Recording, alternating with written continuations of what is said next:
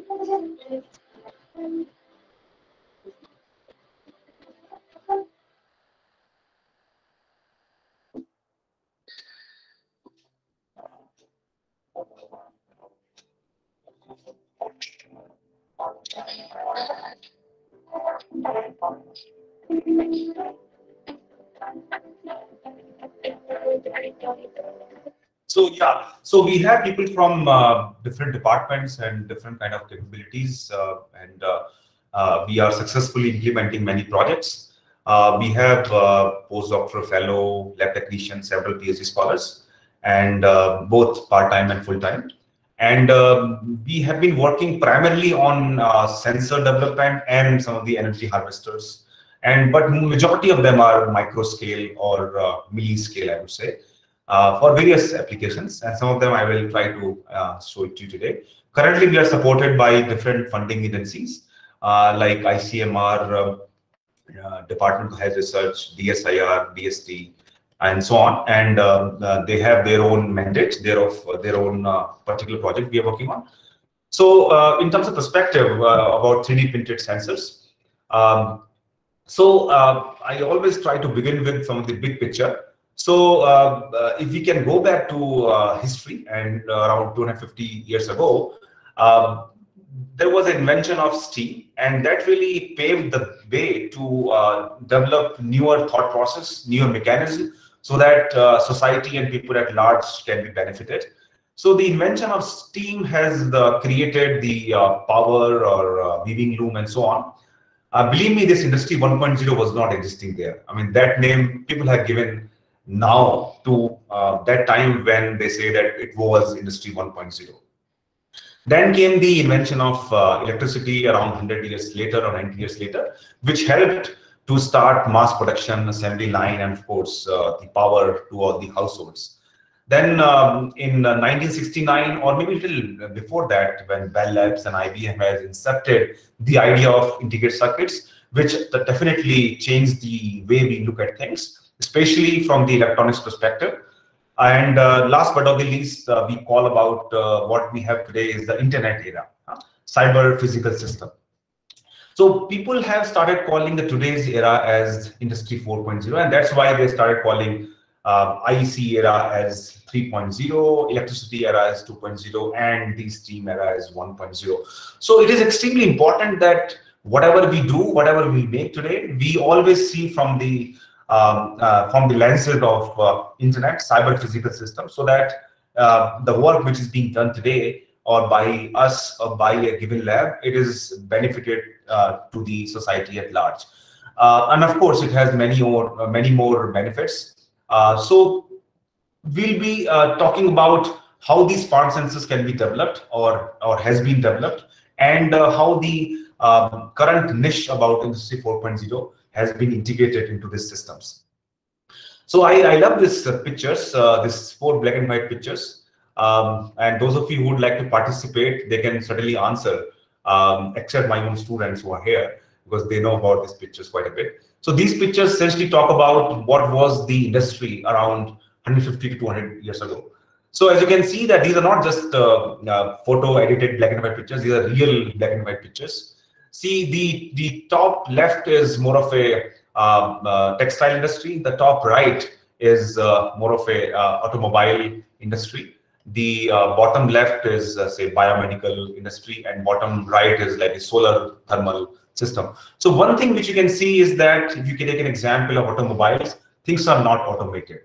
Every model, every piece was different, so that you cannot really verify, you cannot really benchmark each and every piece. But now I'm sure we all know how things have become automated, reliable, size, accurate, so that each and every bit is same. But if you buy one model of one particular car, I'm sure you all know that they will be same, except the color, of course.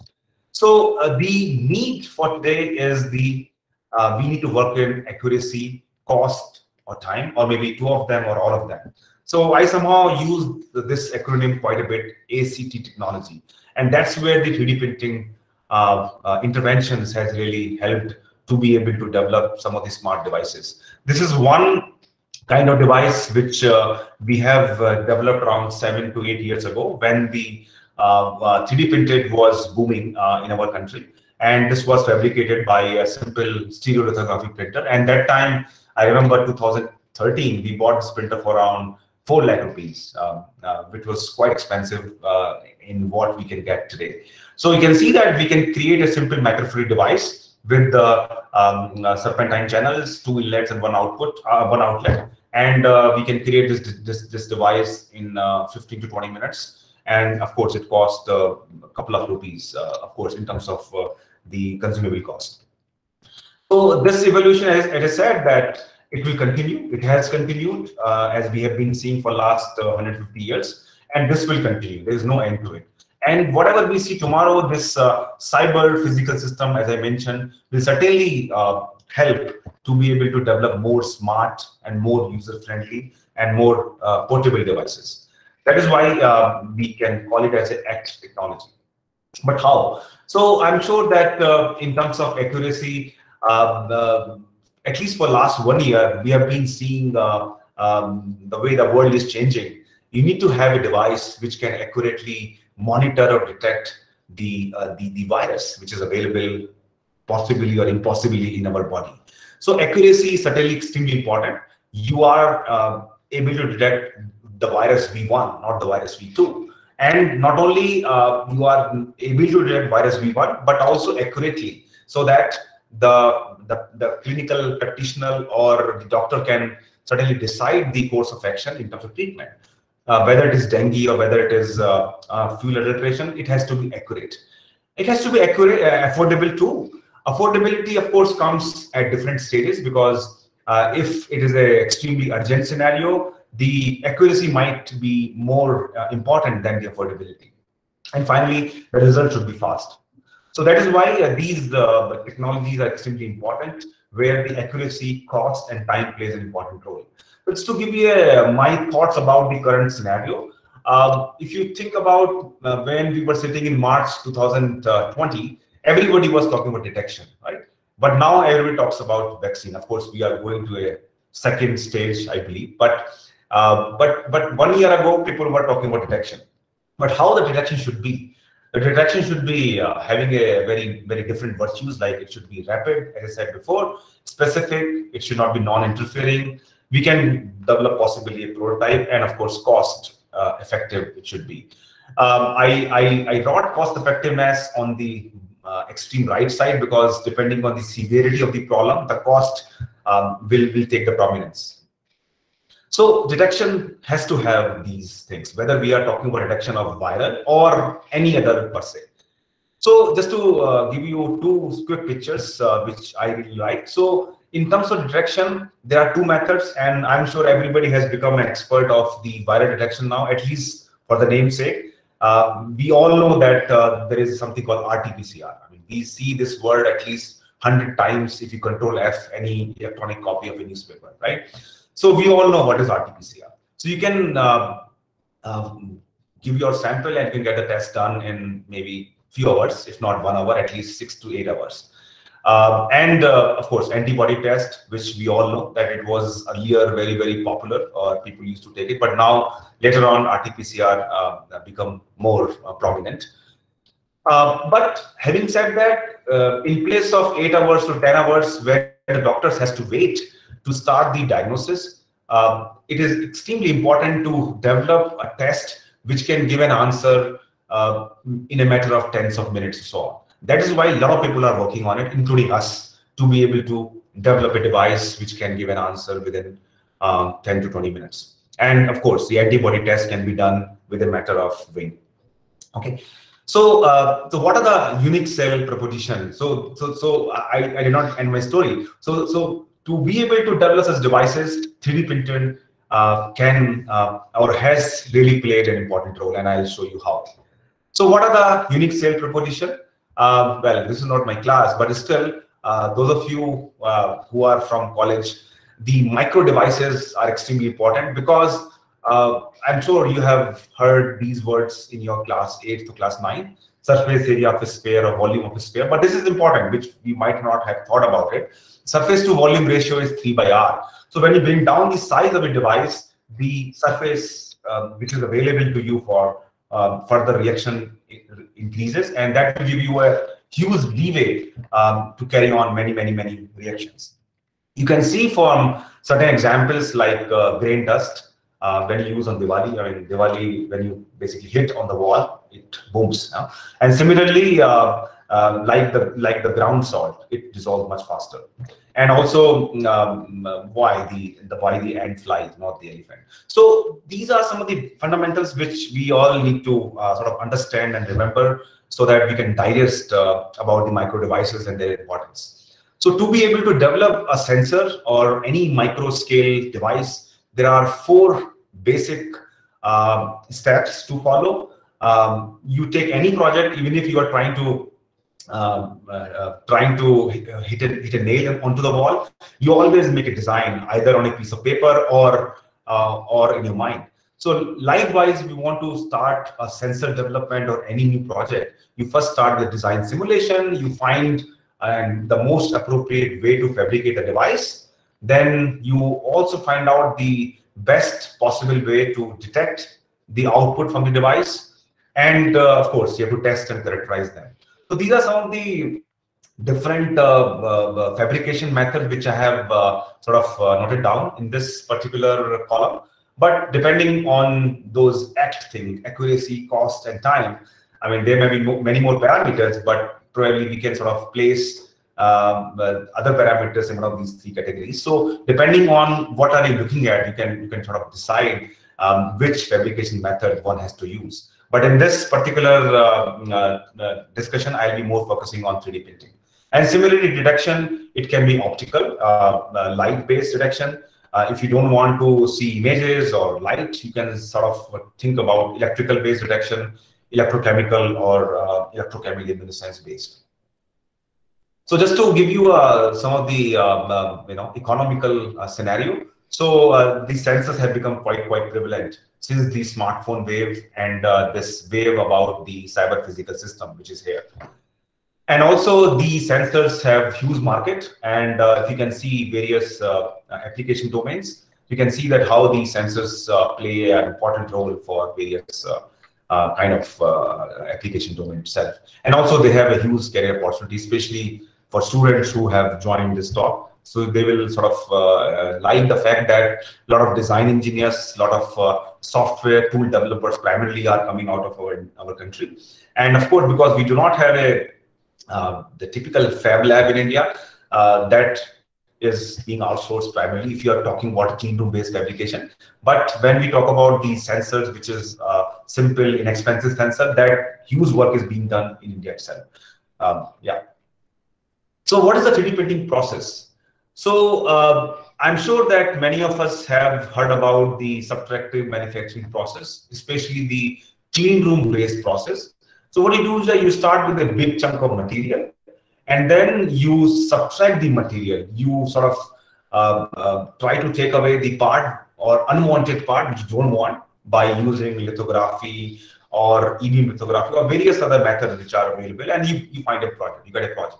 However, in 3D printing, you start with a smaller material and then you keep on adding it on top of it by layer.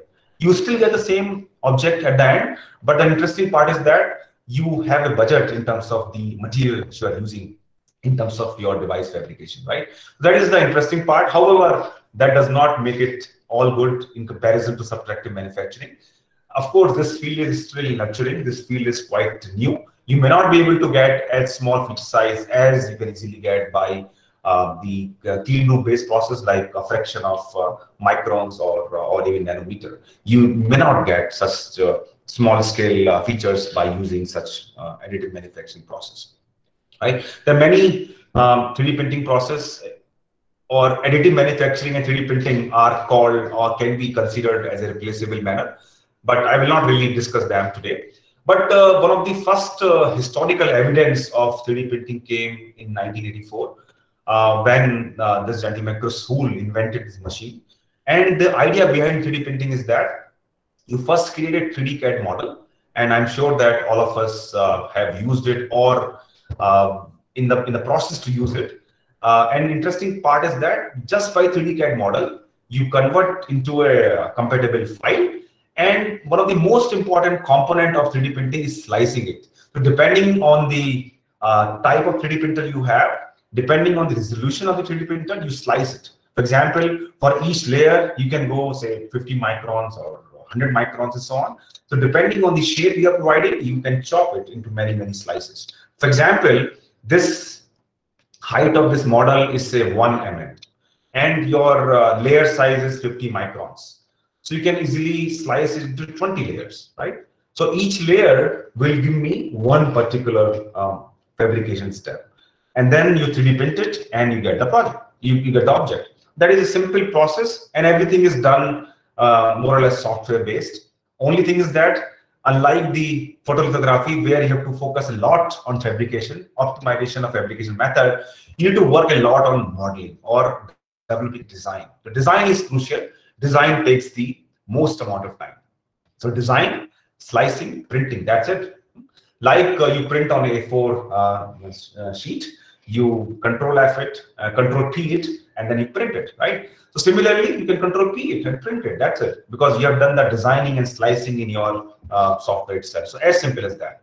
So there are two popular methods for 3D printing. One is called as the fused deposition modeling, which is based on these tubings, and those of you who have used them, these are either 1.75 mm or 2.84 mm diameter, very, very standard across the globe. And then interesting fact is that depending on where you want to dispense these filaments, they call it filament in popular culture, what happens is that they get heated depending on the glass transition temperature, they get dispensed and they get solidified immediately. And that's how you can keep on building these structures on top of each other. So you can see that you can dispense it and you can solidify it.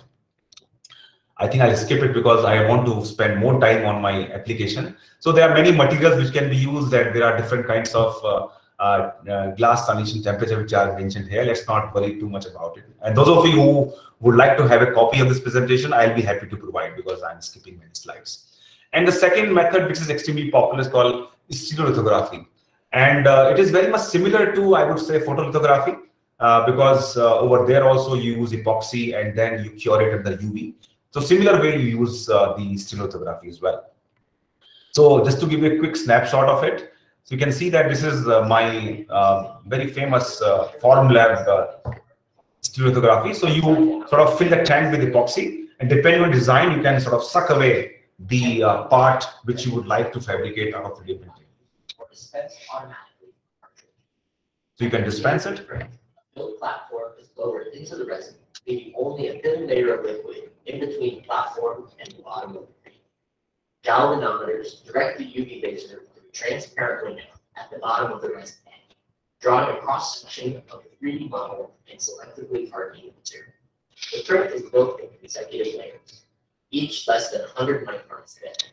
When a layer is complete, part is kept at the bottom of the tank, letting fresh resin flow beneath, and the platform is lowered once again. Originally developed in the 80s, SLA was confined to large industrial machines until recently. It's now this is done. So if you would like to compare lithography, I'm primarily talking about the positive points only. So you can see that there are a lot of advantages also because it's a very well established technique and you can easily handle it. But there are several limitations. The limitations comes from some of the challenges and the tardy process which you have. And somehow, up to some extent, such challenges can be sorted out by the 3D printing method, which we are talking today. So as I said that in 3D printing, innovation is in design, not in real chip. And there is no hard transactions, no cell text, which we can say probably. And yeah, no IP infringement. Your innovation entirely lies on the design. So you can sort of, there are many companies which are, even in Hyderabad also there are many companies, you can just email them and they will fabricate your device and ship it back to you. And those of you who would like to do some academic collaboration, we can also do it for you. And then you can see that this is very recently I have taken a screenshot from Amazon website. You can see that you can buy a very nice 3D printer as inexpensive as 15,000 rupees. Also, there are many 3D printing pens which are available in the market. You can certainly gift it to your kids or some other way, whatever you want to do. And many such pens are available. You can nicely create designs and so on. So, which is another fancy thing which is available. And these are some of the 3D printers which are available in our campus, and many of them are available in the labs. And we have 3D printers which are based on both the filament based as well as the epoxy based. Now I'll spend the next 10 minutes on the one of the case studies, which is the micro viscometer, which has been developed with the help of 3D printing technology. So one of the first things which an engineer would like to know is why we are doing that, why we are developing a viscometer. And I'm sure many of you would also have this question in your mind. So just to tell you that there are many real-world problems like fuel adulteration. I'm sure that this is a huge market or huge discussion which we have, milk adulteration, and then a lot of discussions on blood parameter measurements. Right? But there are many challenges, and these challenges are quite common, whether you talk about fuel adulteration, milk adulteration, or even the biomedical applications. One of the common parameters of these applications I have just mentioned is the viscosity. If you are able to measure the viscosity, you should be able to find out whether the fuel is adulterated or milk is adulterated, or you should be able to find out or measure various blood parameters. And we can certainly use the microfluidic concept to do that. So that's why we are trying to develop a microfluidic viscometer, which can help us to be able to solve some of these problems. So as an engineer, one of the first things is that what is the equation, right? How do we develop the device, and what is the fundamental equation? This is a very simple equation. Those of you who have some mechanics, they must have come across this equation. Viscosity depends, if you have a microchannel for a microfluidic device with a width of 2W and velocity of V, and the pressure difference delta P, and the length is L, which is hiding here. So you can find out the viscosity will be something like this. As simple as that. So if you would like to develop a device, there are 4 unknowns on the right side. So make 3 unknowns known and keep 1 as unknown. Simple, as simple as that. So you can create a device based on this simple mathematical concept. So initially we started with the optofluidic viscometer, where we are trying to understand the width taken by 2 fluids. One on one side is a reference fluid, and which is a known viscosity, and test fluid with an unknown viscosity, right?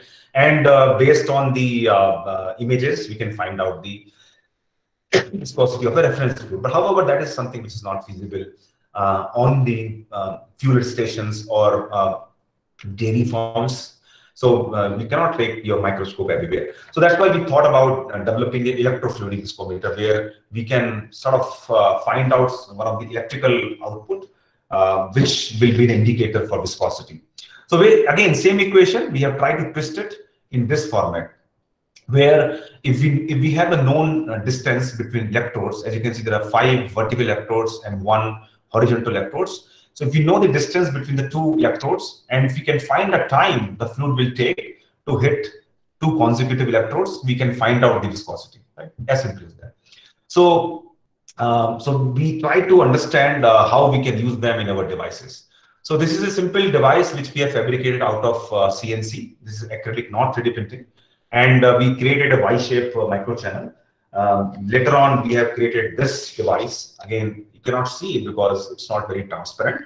This is also a 3D printed device which we have created later. And we have tried to understand how this can be used to be able to find the unknown viscosity. So you can see that this is another device with 2 inlets and 1 outlet. Again, 3D printed device. And we have tried to flow the liquid and then use the image processing to be able to find the viscosity. But later on, I'll skip that, but later on, we have tried to make things much simpler. We have tried to use a device out of paper, as I have shown you here. So it's a slightly different design, which I have in my hand. But the whole idea was that if the fluid is flowing from top to bottom, the whole idea was to find the time the fluid will take to cover a known distance. That's it. So because of the inherent capillaries, fluid will form, and the borders are made of wax. We have used some of the simple methods to create this wax boundaries, and very simple design. And we can see there are two very crude electrodes which were there, one of the first or initial experiments which were developed. And then this is another device which we have created, and which can again be used to be able to measure the viscosity. So, and then because we are using wax quite a bit, so there are several fluids which has some adverse reactions with the wax. So we may not be able to use these devices for those fluids. So we thought to use, and by the way, these wax are injected by 3D printing only. There is a special filament called PCL. I don't remember the full form right now, but you can Google it and find out. So what we did, we just 3D print this filament on top of it and heat it so that this PCL material goes on the other side. So we have a nice boundary of the wax. So when we flow the fluid, it does not diverge away from the channel which you see in front of you. And then we have created a real 3D printed device so that we can find out the unknown viscosity by using a simple relations. So the idea was simple. You have a microchannel, straight microchannel, and we have 4 intersecting electrodes. And the idea was that we need to know the distance between the 2 consecutive electrodes. And we have to use some microprocessor to complete the automation process, and also to know the time between the 2 consecutive electrodes. So this is something, a conceptual design which we have developed: microchannel, electrical contacts, microprocessor, and the overall device development. So again, for the 3D printed device, we have done a lot of permutations and combinations to find out what is the best scenario for such paper-based devices, what kind of design and shape of the inlet, what kind of color of the wax we can use, and so on. There are many parameters which we have tried to use to come to some best possible parameter. And you can see that this is a simple overall circuit. Of course, power supply has to be there, which we later miniaturized it, but just a simple device can possibly measure the viscosity. And as you can see, I have been keep on showing you this again and again. So this is a final 3D printed device, and which you can certainly keep it in your hand, like 2 inch by 2 inch by 2 inch. And by this device, you can just inject your sample from here, and the sample will flow, and you can measure the viscosity. As you can see that, again, CPS, I told you in the beginning. So it is connected through Bluetooth or IoT to a smartphone. And the smartphone not only captures the data, but also provides the power, which is required to run those microprocessors, which are underneath this box, actually. So now how do we use them? So we have used them to understand the protein detection. Lysozyme is a very popular protein. Interestingly, what we have done, we have tried to heat the protein, and based on the discussion with the biologists, we found that when you denature the protein, and when you before denaturing the protein, the viscosity changes, and we have tried to correlate with the way the denaturization is sensed in a conventional manner. So what we have done, we use the protein, we heat them, and we put it in the in here, and we try to measure the viscosity. So before denaturation, after denaturation, what is the difference in terms of viscosity? So basically, protein is suddenly binder. When you heat it, it unfolds, and of course changes the viscosity. So in many applications, the unfolding or folding of protein is extremely important to understand. Similarly, the albumin, the bovine serum albumin was studied, and we have also studied human saliva for various samples, and how the human saliva is changing and how it is indicating for some other effects, which is not certainly shown in this particular slide. Later on, we have used another method like image processing method. But again, because again the 3D printed device has some limitations, whereby it cannot be used to measure the viscosity of automobiles, because the automobile does react with the 3D printed polymers and so on. So again, we have used the image processing method. Again, these boundaries were all 3D printed, and by using these image processing and finding out the region of interest, we can find out the viscosity. So this is the whole device.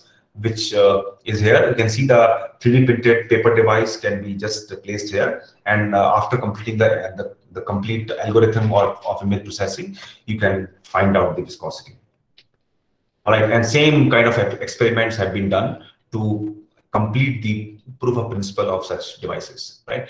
So the whole idea was to completely replace the current Ostwald viscometer. I'm sure those of you who have done some chemistry or who have some flavor of chemistry, they must have come across this Ostwald viscometer. So it has the U-shape kind of structure, and the way is that they try to measure time the fluid takes to suck from the lower mark to the upper mark, and the time is an indicator of the viscosity, right? So same thing we have tried to mimic in our 3D printed device. As I showed you before, that we have a microchannel and we have intersecting electrodes. The only thing is that you have to find out the time the fluid will take to cover the neighboring electrodes, and that will again be an indicator of the viscosity, like I have shown for the Ostwald viscometer. So you can see this is a nice little 3D printed device. And interesting part is that the black part is a graphene, is a conductive Jones, and the other parts, of course, non-conductive, made by other polymers. And the device may cost few rupees or so on, and the time it takes around 10 to 20 minutes. And you can see that the entire this is a lab-based prototype, which again has very messy electronics and so on. And then we were able to measure the viscosity of some of the chemicals, some of the regularly used fluids, as you can see here. And later on, we have tried to integrate some of the bulky parts like power supply, like pumps, and so on into a small box, and whereby the 3D printed device can be made plug in and out, and to complete the whole process. So again, a lot of circuitry, a lot of internal work has been done, which I don't really want to discuss, and a lot of other parameters have been optimized, like the flow rate, the Reynolds number, and so on, to be able to build in this optimized 3D printed viscometer. Now you can see that this device is in the current shape, where the whole device will be around 6 inch by 4 inch kind of thing. And we can have a plug-and-play 3D printer, and it has an inbuilt pump. So the entire housing has been developed in the lab and, of course, in the workshop to be able to create this 3D printed viscometer. And we can sort of set up the timing, running, priming, everything is there. And we have tested them for several applications. Yeah, so this is something I just thought to share with you, that we have tried to develop 3 different versions of viscometer. The 3D printed device, which is entirely 3D printed, including the pumps, including the circuitry and packaging and so on. And the second one was again the 3D printed paper-based device. And finally, the image processing-based 3D printer, which has been tried for many applications. So this is about 3D printer, 3D printed viscometer. But our lab has been working on other applications too, where we try to use a 3D printed device for several applications. Really, I'll try to sum it up in next few minutes, if you permit me, Professor Prempal. Is that okay? Or yes, please. Yes, please, go ahead. Yes. So yeah, so there are a few more examples I just thought to put forward in front of you. So we have been working quite a bit about the biofuel cells. So, so fuel cells, I'm sure we all know, fuel cells are chemical devices which has the electrodes and electrolyte. That's it. So as you can see, this particular device, it has electrodes, cathode, anode, and electrolyte, which can sort of suck from this side, and it can go towards the waste, towards the absorbent pad. Right? And this device, you can see, it's all 3D printed. Of course, all these carriers are made of paper. So paper can be used as a absorbent pad as well as the carrier, which can sort of carry the electrolyte altogether. So one of the device, which I can show it to you, I don't have it right now, but maybe something like this you can see. Of course, this is not exactly what you are seeing on the screen right now, but you can see that there are 2 inlets and there are 2 sets of electrodes. And of course, these are the waste. Waste somehow it is still made in split channels, but it doesn't necessarily need to be split. So, and later on, we have tried to create various paper-based devices, and they are sort of stacked together. And the whole idea was to increase the power output from these devices so that we can use them for certain applications. And again, this is the soft lithographically made devices. And later on, this is interesting. This is the paper-based 3D printed device. As you can see that I will show you just now. These are the two different configurations which were 3D printed. On one side, we have anode, and other side, we have cathode. And you can see that whole device was 3D printed, including the electrodes. And later on, you can sort of kind of clip them together. And you can also appreciate the fact that the device has two inlets. One you can see here, one you can see here, and there's a one waste. Waste is somewhere here. So basically, this whole device can be 3D printed and can nicely be used for power harvesting applications. In this particular case, we are using simple pencils as the electrode because they're made of graphite.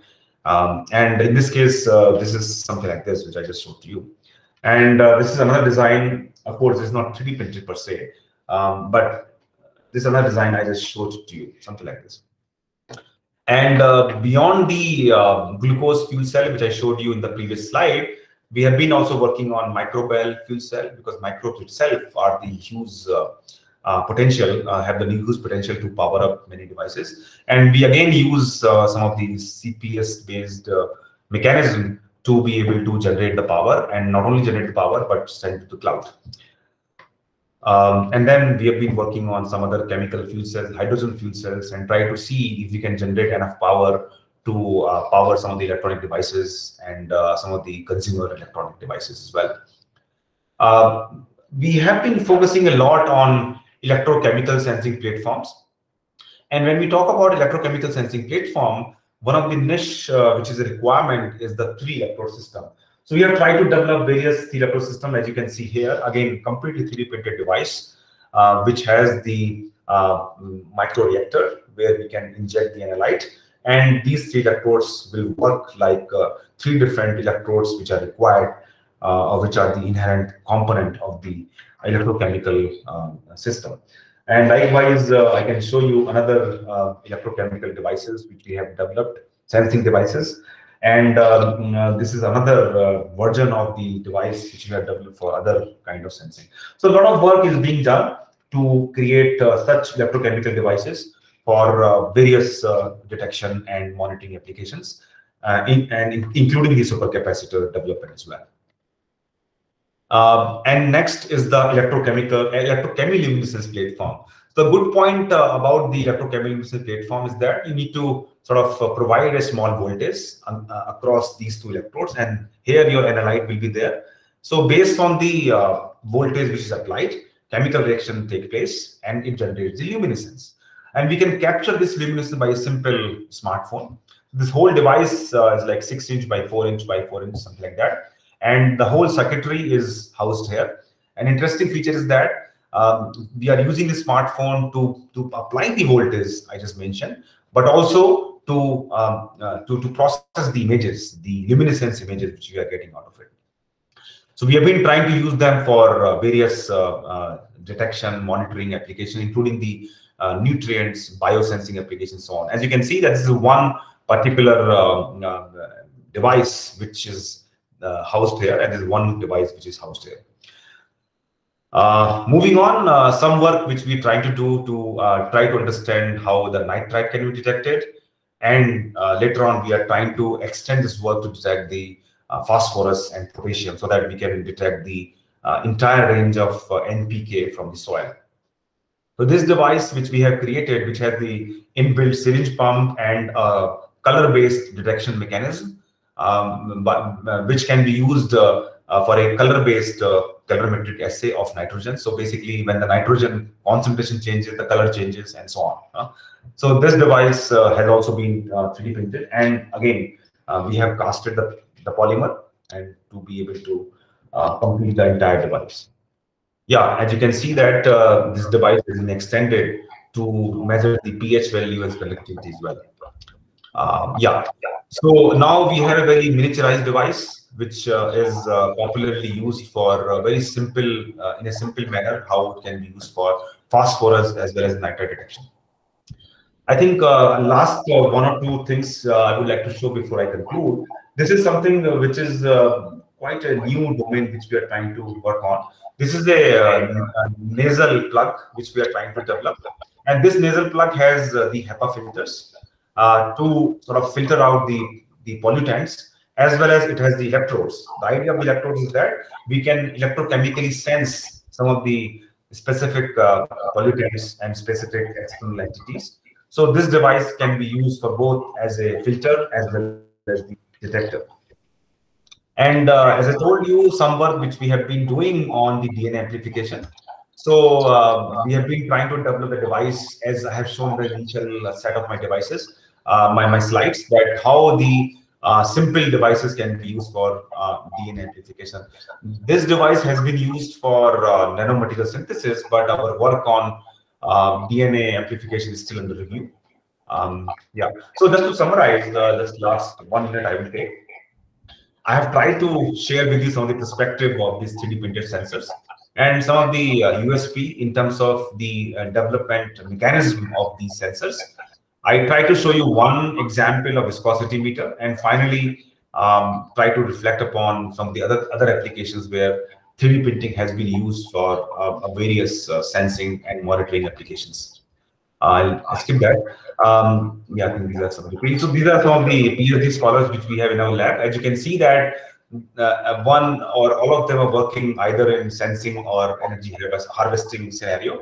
But we have a diversity of projects, fortunately, and we have during the course of the work and course of the projects, we have tried to develop various facilities which can be used for fabrication, characterization, and different testing and so on. And we also have a small clean room in our institute, around 600 square feet or so on, whereby we can do the wet etching or the complete range of photolithography, including the metallization and probing and so on. So I just thought to share a quick video about the clean room as well.